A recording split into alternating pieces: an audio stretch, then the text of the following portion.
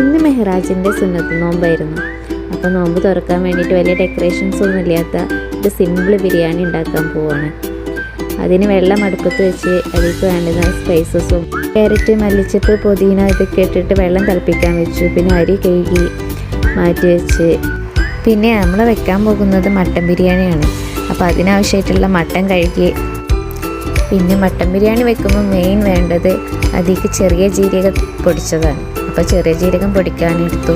ചെറിയ ജീരകം പൊടിച്ചെടുത്ത് മട്ടന് നല്ല വേവല്ലേ, അപ്പോൾ അതൊന്ന് കുക്കറിലിട്ടിട്ട് വേവിച്ചെടുക്കണം. അതിന് മട്ടനിട്ട് പിന്നെ അതിലേക്ക് ഇഞ്ചിയും വെളുത്തുള്ളിയും പേസ്റ്റ് ഇട്ട്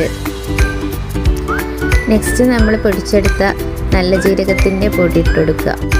അടുത്തതായിട്ട് പൊടികളായിട്ടുള്ള മഞ്ഞൾപ്പൊടി, മല്ലിപ്പൊടി, കുരുമുളക് പൊടി, ഉപ്പ് ഇവയൊക്കെ ചേർത്തിട്ട് നല്ല വെള്ളം പാർന്നിട്ട് കുഴച്ചെടുക്കുക.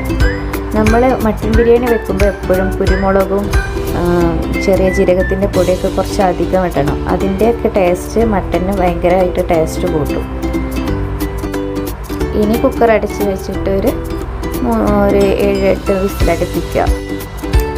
അപ്പോഴേക്കും ചോറ് പാകമായി വന്നിട്ടുണ്ട്. പിന്നെ ചോറ് ഊറ്റിയെടുത്തു. ഞാൻ അരി ഇടുന്നത് കാണിക്കാൻ വിട്ടുപോയിട്ടുണ്ട്. പിന്നെ ചില ഭാഗങ്ങളിലൊക്കെ നമ്മൾ നെയ്ച്ചോറായിട്ട് വറ്റിച്ചെടുത്തിട്ട് അങ്ങനെ ബിരിയാണി വെക്കും. ഞങ്ങൾ വീട്ടിലെ മലപ്പുറം ഭാഗത്തൊക്കെ ഇങ്ങനെ വെക്കാറുണ്ട്. പിന്നെ പാത്രം വെച്ചു, അതിലേക്ക് എണ്ണ ഇട്ട് അതിലേക്ക് സവാള ഇട്ട് പിന്നെ കുറച്ച് ഉപ്പ് ഇട്ട് കൊടുക്കും വേഗം വഴറ്റി കിട്ടാൻ വേണ്ടിയിട്ട്. അതിന് ശേഷം ഇഞ്ചി വെളുത്തുള്ളിയും പേസ്റ്റ് ഇട്ട് കൊടുത്ത് പിന്നെ തക്കാളി, കറിവേപ്പില ഇതെല്ലാം ഇട്ട് കൊടുത്തിട്ട് വഴറ്റി പിന്നെ നമ്മൾ വേവിച്ചെടുത്തിട്ടുള്ള മട്ടൻ ഇട്ട് കൊടുത്തതിലേക്ക്. പിന്നെ അതിലേക്ക് നമ്മൾ നെക്സ്റ്റ് ആയിട്ട് ആഡ് ചെയ്യുന്നത് നമ്മൾ പുളിയില്ലാത്ത നല്ല കട്ട തൈര് ആഡ് ചെയ്ത് കൊടുക്കും. പിന്നെ അടുത്തതായിട്ട് ഗരം മസാല ഇട്ട് കൊടുക്കുക. പിന്നെ മല്ലിച്ചപ്പും പുതിനയൊക്കെ ആഡ് ചെയ്യുന്നത് ഞാൻ എടുക്കാൻ വിട്ടുപോയിട്ടുണ്ട്. പിന്നെ ഇതിൻ്റെ ആദ്യത്തെ ഒരു ട്രൈ ആണ് ഞാൻ കുക്കിംഗ് വീഡിയോ ഒക്കെ എടുക്കുന്നത്. അപ്പോൾ അതിൻ്റേതായിട്ടുള്ള പരിമിതികളൊക്കെ ഉണ്ടാവും. അപ്പോൾ ഇതൊക്കെ ശരിയാക്കിയിട്ട് ഞാൻ ഇനി വീഡിയോസൊക്കെ നന്നായിട്ട് എടുത്തിട്ട് വരുന്നുണ്ട്. പിന്നെ ലാസ്റ്റ് കുറച്ച് നെയ്യ് ഒഴിച്ച് കൊടുക്കുക.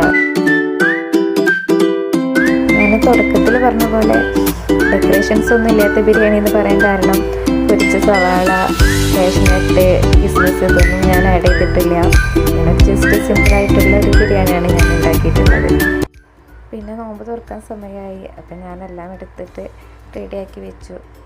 ഞങ്ങൾ ഇവിടെ നിന്നുള്ള വ്യൂ നല്ല രസമാണ്. ഇവിടെ ഇരുന്ന് നോമ്പ് തുറക്കാനൊക്കെ, ഇവിടെ ഇരുന്ന് ഫുഡ് കഴിക്കാൻ തന്നെ ഭയങ്കര രസമാണ്.